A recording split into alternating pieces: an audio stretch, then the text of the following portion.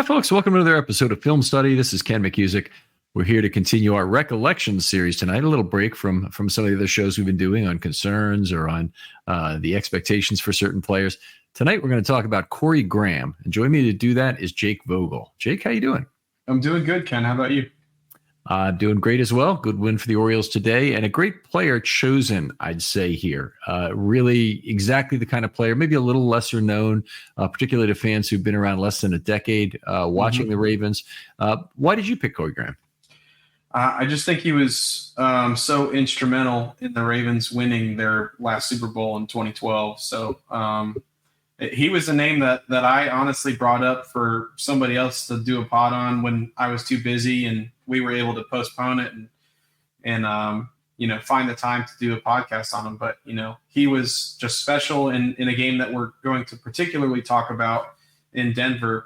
But other than that, I think he was just kind of an unheralded guy that bounced around from team to team in the league and had a really solid career. I'm sure, I don't know what his career earnings were, but he was, a little bit of a journeyman, but made some splash plays for sure.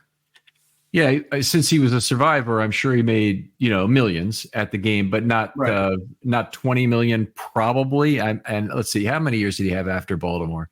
Well, he did play for 5 years after he left the Ravens. He played for 12 total years in the league. Let's start at the beginning though. He was drafted 168th overall in the 5th round by the Bears in 2007. He played in every game for the Bears, but he didn't really play a whole lot of defensive snaps in his first 5 seasons. He did play. He played maybe less than what you'd expect. Matter of fact, according to what I have here, they must not have snap counts for before 2012 because they don't have anything for him. But he doesn't have very high tackle totals and whatnot. He did have a pretty good year in 2008, but with 9 starts. But the rest of his career, other than that, with Chicago, he only had 1 start in total. So didn't play a whole lot. Did make a Pro Bowler as a special teamer, I believe, in 2011. Yeah, I believe that's correct. So 6 foot, 196, comes out of school with 439 speed. Admittedly, he went to New Hampshire, which probably meant a lot of people didn't really trust the competition level he'd been at again. But how do the Bears fail to convert this guy into a very useful defensive player? I don't know, honestly. I'm not sure that they had the infrastructure for it, but they had some good defenses with Lovie Smith. I think that kind of paired up with the time that he was there, possibly. But Baltimore definitely, with Ray Lewis still in the fold and Ed Reed and some of the veterans on this defense, they were able to bring in a guy that was kind of known for special teams and really see what he could offer on defense. And he ended up playing a huge part of the defense, as we'll get to, as a starting corner for us. And this is the same defense that had Jimmy Smith, kind of waiting in the wings. Yep. So, super interesting player that I really think, years down the road, not a lot of people are going to remember him, but he was the defensive player of the game in Denver in the Mile High Miracle, and that game does not happen without Corey Graham. Yep, I agree completely. There's a lot of heroes to go around. The defensive way, that's the easiest to put it. Jacoby Jones, Torrey Smith had a great game. Joe Flacco, of course, had a good game, but the guy who really had a great game on defense was Corey Graham. And we'll come back to that in a minute, but we'll stick a pin in that one for a second. But the 2012 season is an interesting one for me as the Ravens because it's one of the most incredible turnarounds for a defensive backfield I've ever seen to come back from injury. To set the stage, the Ravens had Webb, who had been the best cornerback in the entire league in 2011, 42 passer rating against, if you include his postseason heroics. I think 9 picks, including the 7 during the regular season, 2 more against Johnson in the Texans game, and then Jimmy Smith was a second-year player and a first-round draft pick. So imagine if Nate Wiggins somehow spends this year on the bench due to a combination of injuries and good players in front of him, and then he's still not playing next year. How weird that would be. Yeah, it's pretty crazy to think about. this far out, and knowing how good a player Jimmy Smith ended up being, that he really sat out kind of that long. So, obviously great players in front of him as well. Kerry Williams was on that 2012 team, not thought of as being a great cornerback when the season began, but certainly by the end of the year, Ravens fans were very happy with him. Graham was the guy who took over for Lardarius Webb when he suffered a terrible injury in week 4, week 6 against Dallas, wasn't it? Week 6. Yeah, I was at that game. Horrible. It was a tough one to see. Yeah, they won that game by a point. But it's still a horrible game. Yeah, Dan Bailey missed wide left, I believe. Yeah. They recovered an onside kick and a whole bunch of bad stuff. So anyway, Webb and Jimmy Smith not part of the most of the regular season. Jimmy Smith actually played a fair amount during the regular season, suffered an injury in midseason, and then came back to be the defensive MVP of the Super Bowl, which I thought was very impressive for him. But and that really triggered him being the Ravens' number one cornerback for several years after that. The Webb injury was the second of his career, and really kind of, I thought the first injury certainly combined to the second, but the first injury was as bad a rookie injury as you'll ever have in 2009 because he was just coming into his own. And then to have him go down after his big year where he just had an enormous year, just gotten paid that offseason for on a big contract, really sucked for the Ravens. Mm-hmm. Completely agree. All right. So you have Jimmy Smith returning after missing 5 games entirely, not able to crack a lineup that included Kerry Williams, Corey Graham, and that other great cornerback we've forgotten about now, Shockey Brown. Shockey Brown, yeah. Not a great corner in Ravens memory, but he played a part. He absolutely played a part in the Ravens Super Bowl run, and there's a play that we'll get to in a little bit in the Ravens postseason that helped the Ravens get a win where it really mattered. Mm-hmm. Jimmy Smith's play, you're saying? No, I'm talking about Shockey Brown. Obviously Jimmy Smith in the Super Bowl, but Shockey Brown in Denver had a big play. Jimmy Smith didn't play a defensive snap in Denver, but he had a huge play on the punt. On special teams. To make a tackle back at the 5-yard line. All right. So the other thing that was amazing about Corey Graham's career, he played 12 years in the National Football League. He missed a total of 8 games. If there was a guy who knew how to take care of himself, would be good at teaching availability to young players. Guy's still only 38 years old, like right now. He'd be very relatable, I would think, if he were in coaching right now. I don't honestly know that he isn't. He may be somewhere, but availability is the most important ability. He'd be the poster child for that. Mm-hmm. 2012 season, he allowed 7.1 yards per target, which is okay, not great, but it's okay. And his opposition passer rating was 75.6 in 2012, 87.4 in 2013, when he allowed a few less yards per target. He had a lot of turnovers. He had 8 of his career interceptions in those 38 games he played for the Ravens, and those were his 2 top years for interceptions, 4 each year, and that was something nice. Yeah, I had slightly different numbers, but I was going by what I found on PFF today. They were similar, though, for his 2012 season in the postseason there. But, all good stuff. I do agree that, you started to see his breakout in Baltimore, and I think he was able to reap the benefit with Buffalo, in his next contract after leaving Baltimore from after the 2013 season. Right. Other things that you remember about him as a player, is that technique wise, were there things that you liked, how he was utilized? Because if I recall correctly, he did play some slot in 2012, even though he's not really what you would consider normal slot size at 6 feet 196. Yeah, I think he was just a savvy player that understood routes really well.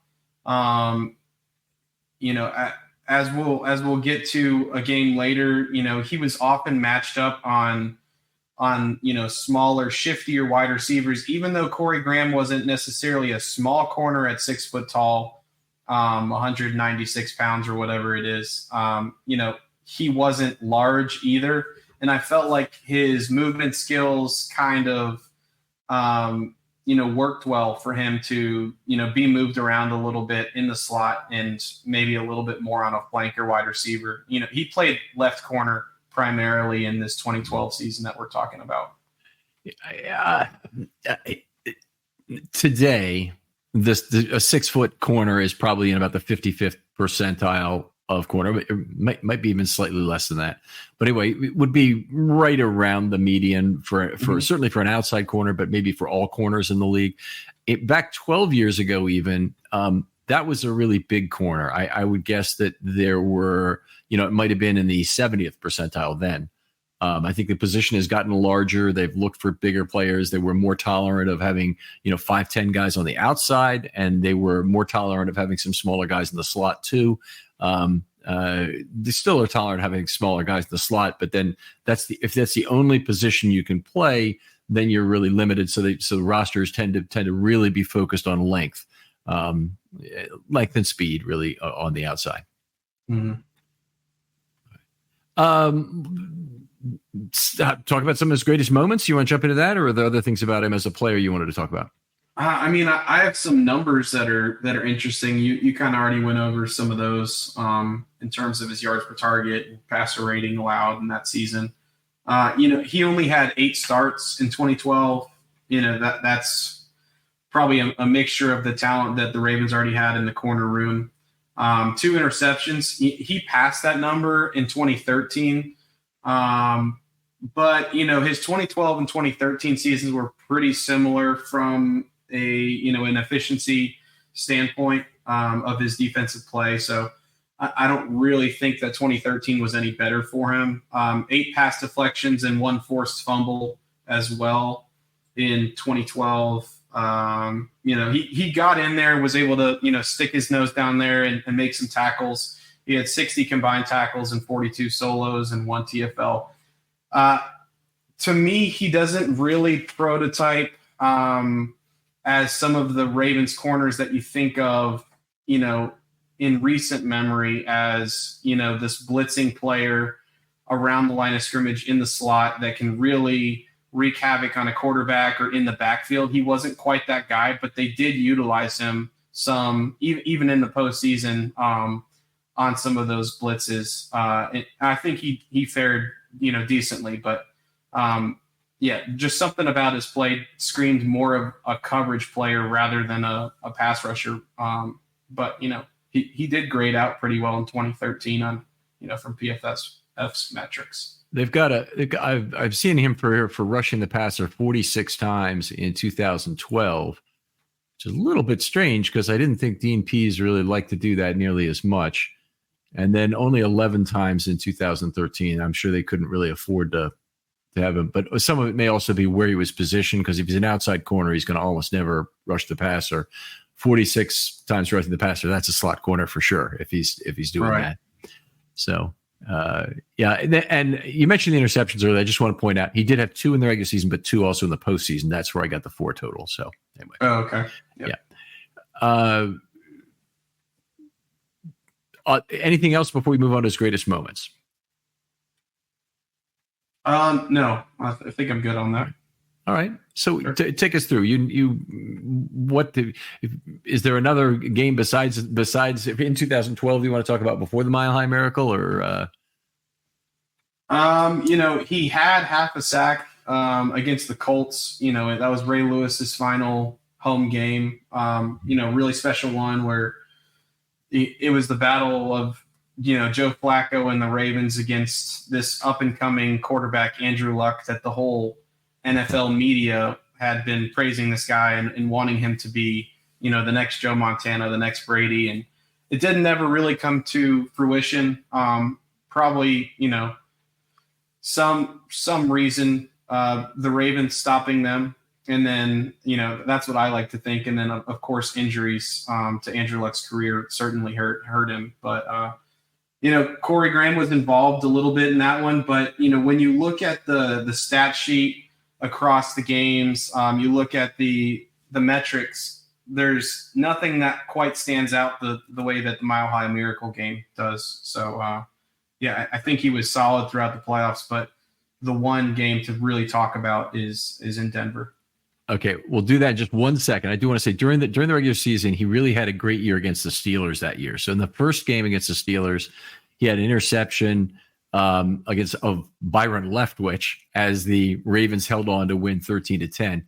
They played him again 2 weeks later, and that was a game that Charlie Batch won in Baltimore. If you were a Ravens fan at that era, that one really hurt for the Ravens at the time. I mean, it hurt their playoff chances. They went on a little bit of a losing streak and had to eventually pull it out with a big win over the world champion Giants at home to clinch the division the next to last week of the season. But anyway, in that particular game, he intercepted Batch again. So actually, he didn't intercept Batch. He intercepted Antonio Brown in the game. So Antonio Brown threw an option pass. Ravens still lost that game 23-20, as I mentioned. But you did a good job mentioning the Colts game. Let's take it through the Mile High Miracle.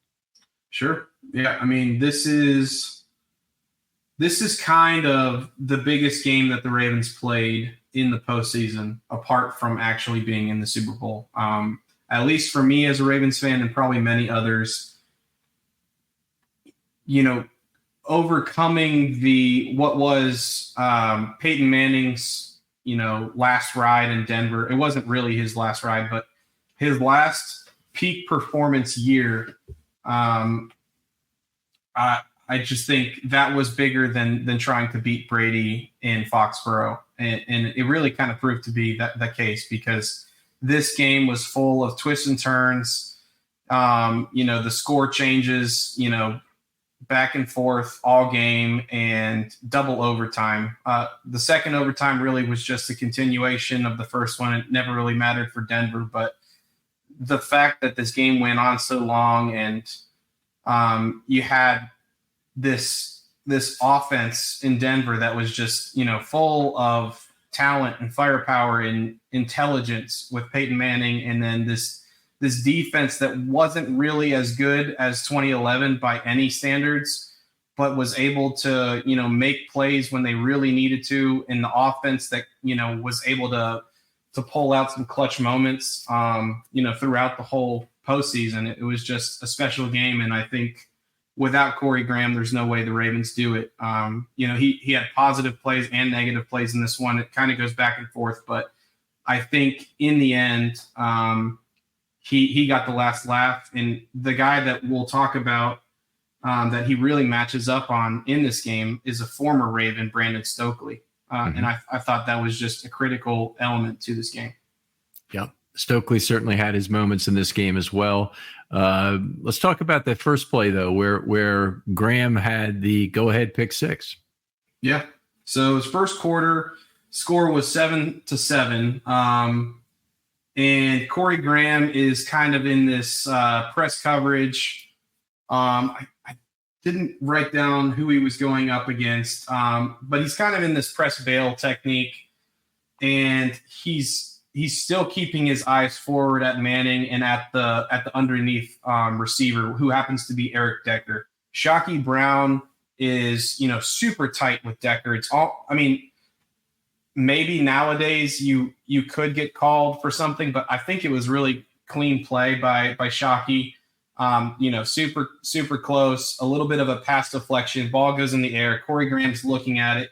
He goes forward, grabs the ball, catches it in the air, and takes it on the outside left sideline all the way to the house. He has blockers in front of him, but he doesn't really need them. It's about, 39-yard return for a touchdown that puts the Ravens back on top 14-7 at this point in the game. And then the interesting thing is, right after this series where Graham gets the pick six, he's going to have to go against Brandon Stokely for Denver. Once they get all the way down the field, they're about 15 yards out, and he loses a rep to Stokely for a touchdown on 3rd and 8 of the next series. I didn't know if you wanted to comment in between there. No, I think, first of all, great point to make it up. That a lot of people would say that Shockey Brown probably interfered with Decker on the play. what I loved about the play from Graham's perspective is when cornerbacks can make a play on the football when it's not their man, that's really special. Okay. Yep. A lot of them can't find the ball in the air, period. But, the Ravens cornerbacks who have done it regularly recently are Jimmy Smith, Marlon Humphrey, and Corey Graham are the three I think about immediately. If you want to say Marcus Peters, I think of really Marcus Peters as being a cover three guy who's taking an area of the field himself, and he knows exactly when to gamble. The other guy who's done it also, if you want to talk about doing it out of the slot, is Kyle Hamilton, in terms of being a guy who can pick up a rebounded ball very well. But those guys were special, and Corey Graham was too for his time with the Ravens. Yeah, completely agree. So, as I mentioned, Corey Graham, it has a check in his box. Every year, data breaches are on the rise. In 2022, the number of victims shot up nearly 41.5% from the previous year. And your personal information is at risk. With hundreds of commercial databases ready to be hacked, and that number of victims, it keeps going up each year. Plus, the U.S. has another big data privacy problem, the people search sites. You guys have all seen these. These are websites that create detailed personal profiles on millions of Americans and then publish them online for anyone to see. Your address, your phone number, even family details are just a click away. But there's a way to protect yourself. Meet Incogni. Incogni reaches out to data brokers on your behalf, requests the removal of your personal data, and handles any objections they may have. This means less stress for you and more peace of mind. With Incogni, you can safeguard your information from cyber criminals who steal social security numbers and other sensitive personal data to commit identity theft. Imagine the relief of knowing that your personal data is no longer easy prey for hackers. Incogni also protects you from data brokers selling your information to companies to target vulnerable and disadvantaged groups, exposing you to even more discrimination. These lists with titles like Tough Start, Young Single Parents, Rural, and Barely Making It can harm you both online and offline. Don't let your personal data fall into the wrong hands. Take control with Incogni today. Visit incogni.com/filmstudy and safeguard your privacy now. It's time to reclaim your digital security. That's Incogni/filmstudy. INCOGNI.com/filmstudy.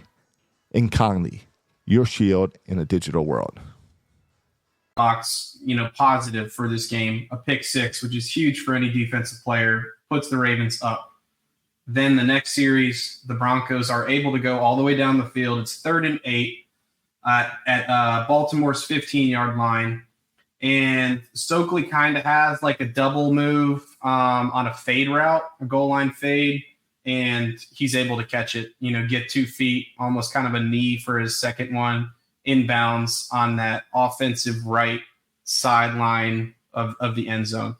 So he loses that one. So now we're about even. So the score is tied once again, 14-14. The next important play is coming up in the second quarter at 13 minutes and 4 seconds. That is a 3rd and 10 for Denver's offense, obviously. Corey Graham breaks a pass. So it's a pass breakup, right on the ground at the turf against Stokely. So you see there's a battle between these two players.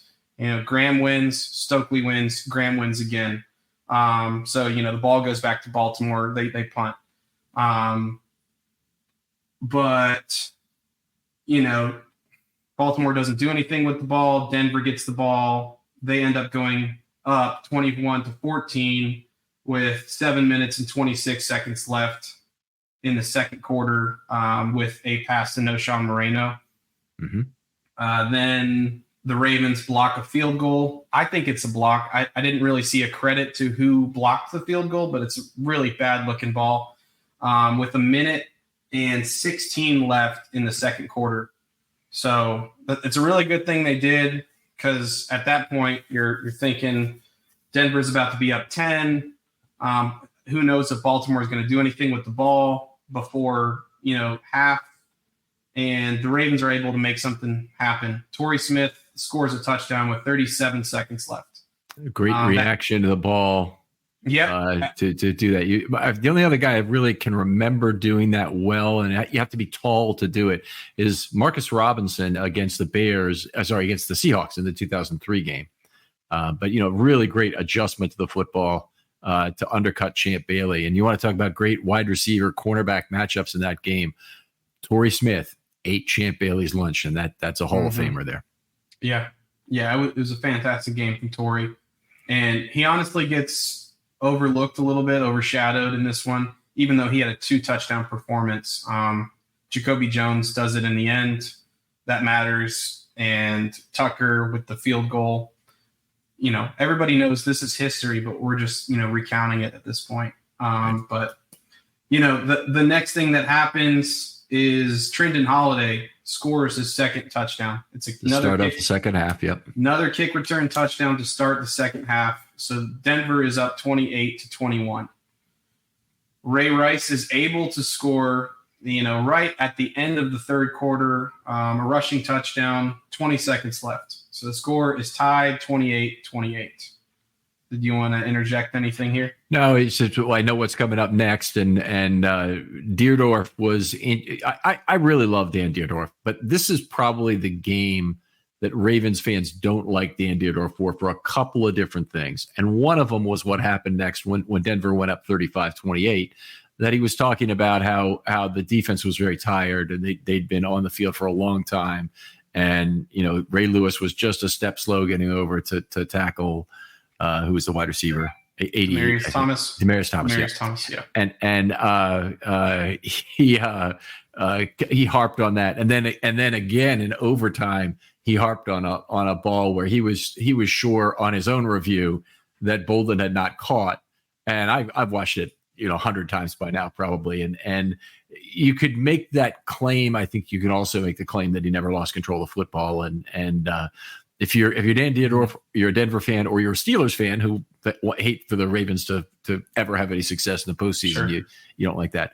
Dan Deerdorf, outstanding broadcaster, I always thought, but this is a game where Ravens fans don't really remember him that fondly for this. Yeah, I would agree with that. You already mentioned it. Demaryius Thomas scores another receiving touchdown in the fourth quarter with 7 minutes and 11 seconds left. There is a turnover on downs at 3 minutes and 12 seconds. This is where, as a Ravens fan, you are thinking, how in the world do you come this far and, possibly lose it all with that turnover on downs? This Ravens offense was on the field. They turned it over. They have 2 timeouts left with 3 minutes and 12 seconds left in the game, and they're down 7. Thankfully, they were able to force Denver to punt, after they were just killing clock. They got below 2 minutes. And this is the next really important play is the Mile High Miracle. But go ahead. Really critical play on third down. The Denver did not make any attempt to pass the ball there. Correct. And it was one of multiple elements of conservatism built into the Denver offense on the entire day. They didn't try and score after the Mile High Miracle with 30 or so seconds on the clock. That would be unheard of today. I think you would, if you have Peyton Manning at quarterback, he's just had the year he has. He's your store-bought guy. You would try anyway. And they were right at Gumbel and Deerdorf, I think, were doing the game, and they were all over him for not trying to avoid overtime at that point. But I will say that one of the things very apparent that day watching him throw the ball is that was the first time I remember thinking of what a limp noodle of an arm that Peyton Manning had at that point in his career. There was just nothing left. And the cold was probably making it a lot worse in that particular circumstance. And we saw a lot of flotation devices thrown up, and he did the best he could to keep them away from defenders, which he was generally very good at, but it didn't work out all game. Yeah, I have to agree with you there. So, the Mile High Miracle, as we call it, the Hail Mary to Jacoby Jones happens with there's 41 seconds at the start of the play. By the time that Jacoby Jones walks into the end zone, there's 31 seconds left. in the fourth quarter. So that ties up the score 35-35. Joe Flacco just heaves one on 3rd and 3 over the head of Raheem Morris and the Denver secondary. And, Ravens fans are going crazy everywhere. If you're at the game, you're at home, I guarantee that was a fun, crazy moment for you, because I know it was for me. Yeah, it was an unbelievable moment to be there. I can tell you that, and it's a stunned silence all around us in terms of what was going on. But that was another Deerdorf moment on how he completely blamed Raheem Moore for dropping the ball here. I mean, Flacco threw a great pass. It went 57 yards roughly in the air, which is a long way to throw a football accurately, and it's an unbelievably long way to throw a football accurately in that kind of weather. It was extreme. It is Denver, so I guess you get a little bit more. The ball travels a little bit better when you have that altitude. Dispatch it by whatever mechanism, foot or arm. Sure. Yeah, but it was he overthrew. He played to overthrow Morris on the play, and Morris came up short, and then Jacoby Jones was comically behind him in terms of Morris, mistiming his leap there. But Deerdorf certainly went off on Raheem Morris for the better part of 2 minutes to talk about that play between them and the time they were kicking off. And I'm sure Raheem Morris is not thought of particularly well in Denver for that play, but Deerdorf acted. It almost seemed like at that point like there were no Ravens on the field trying to make things happen. Yeah. So you had already mentioned earlier, but 31 seconds on the clock, and Denver decides to do nothing with it. They take a knee. They have timeouts. Mm-hmm. I think they had 2. I think that's right. That is pretty crazy thinking about it now. If that's Mahomes, there's no way Andy Reid and Mahomes aren't trying to at least get a field goal out of 31 seconds.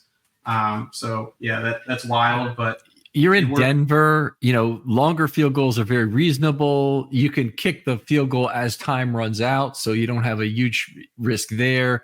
It's been 10 years ago the Ravens did return a missed field goal for a touchdown, but I just don't think there's all that much risk in the in trying to kick there, even from say 60 yards. Right. So it didn't make any sense to me. Yeah, completely agree. All right, so now we are into overtime. Tie ball game, 35-35. I am not really going to criticize Joe Flacco, because what he did in the 2012 Ravens, postseason, which is the 2013 was when it happened, but the 2012 season was fantastic. No interceptions, touchdowns, no interceptions. He, however, had multiple turnover-worthy throws in this game in particular that were glaring watching it back. I mean, I remembered it at the time. I was like, oh, man, I'm glad that he didn't throw that one, or that the guy didn't get his feet in bounds. But rolling left, in particular, the one play in overtime, yeah. Right. So the first one coming up here, he throws a sideline pass. I believe it was to the offensive left that number 20, I didn't write his name down, catches, but he doesn't get 2 feet in bounds. Ball should never have been thrown other than to throw it away, because Flacco is rolling left. He's Frankenstein, like a lot of pocket quarterbacks are doing that. And Flacco, as much as any quarterback I've ever seen, embodies the notion that anytime you get a right-handed quarterback rolling left, you got him exactly where you want him. And he pitched one up that was right on the sideline, and he's just incredibly lucky that Denver didn't come down with that football. Yeah, I mean, that changes the game. They probably win it right there. But thankfully that wasn't the case. He throws another one before anything else important happens. Chris Harris, he's had some good games against the Ravens in the past.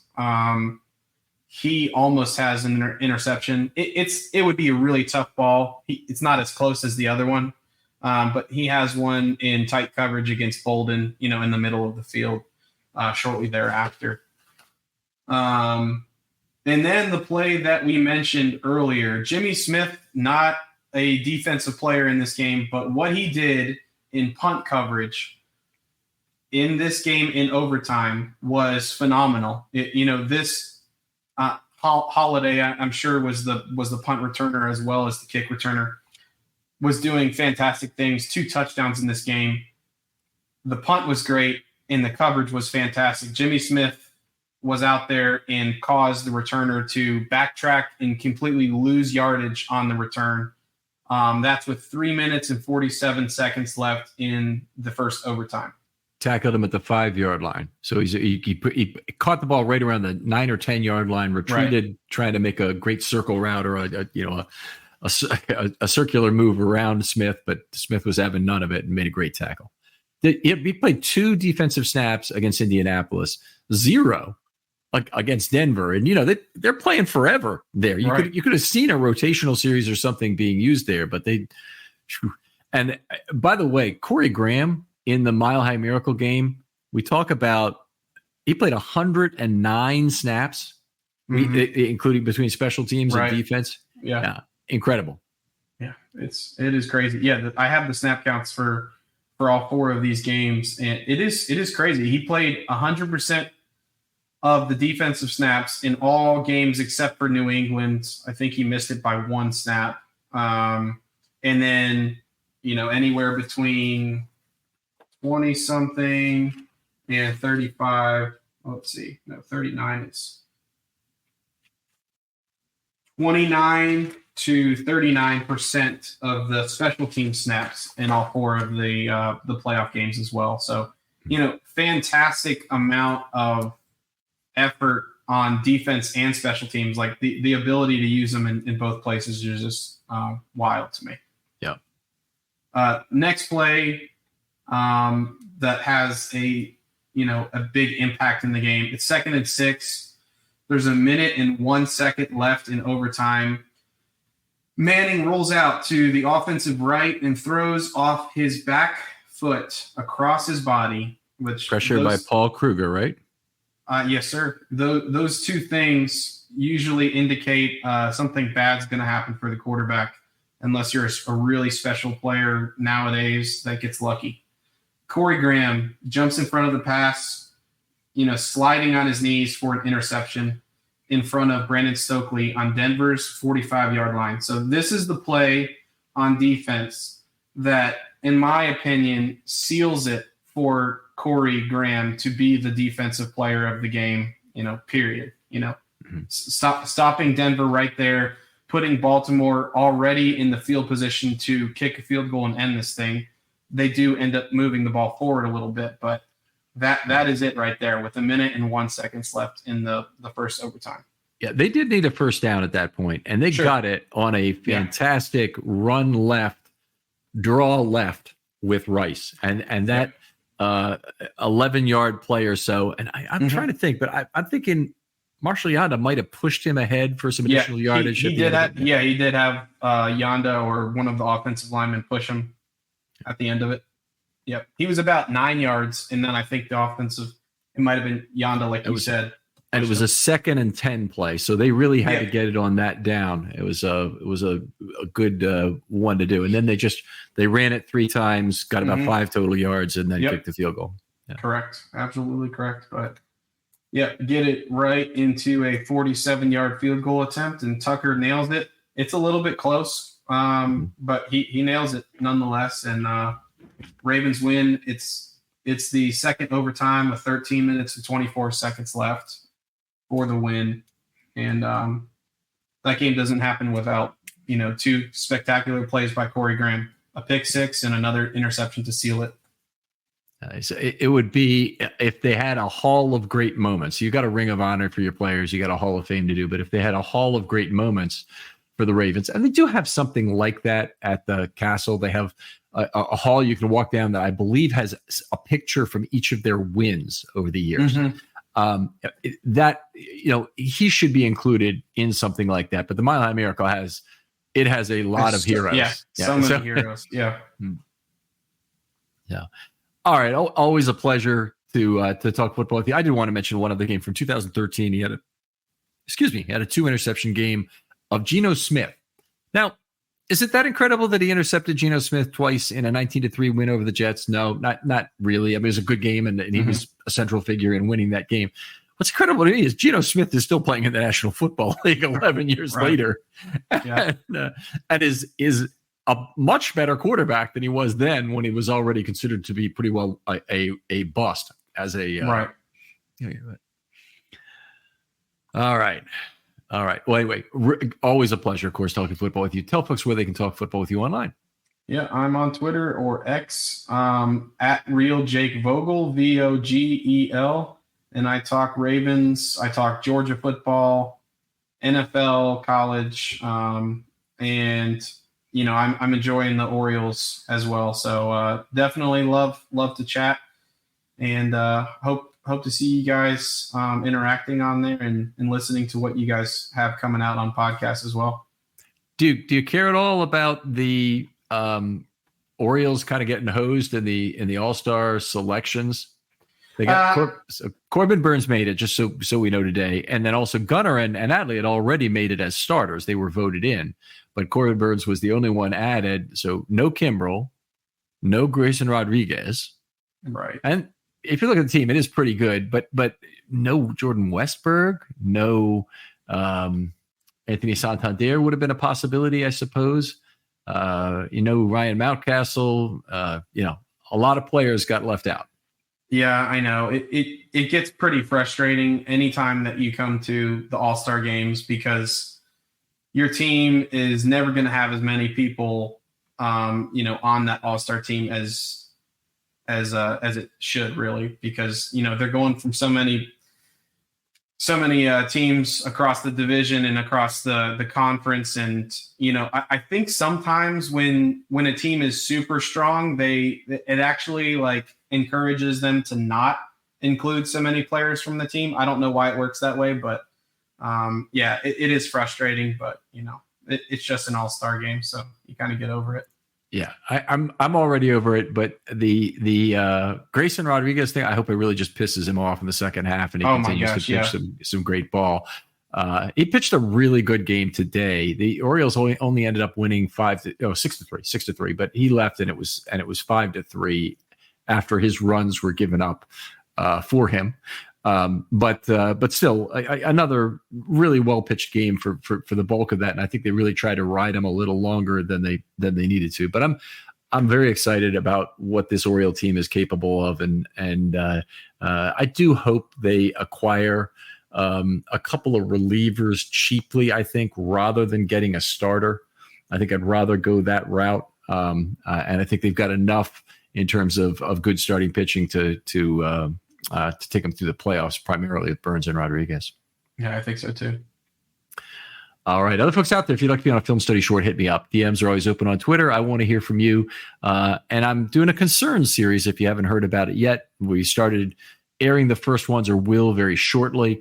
And it's going into camp. What are your biggest concerns about the 2024 Baltimore Ravens? We've got 5 of those shows ready to go for you so far, and I want to do more.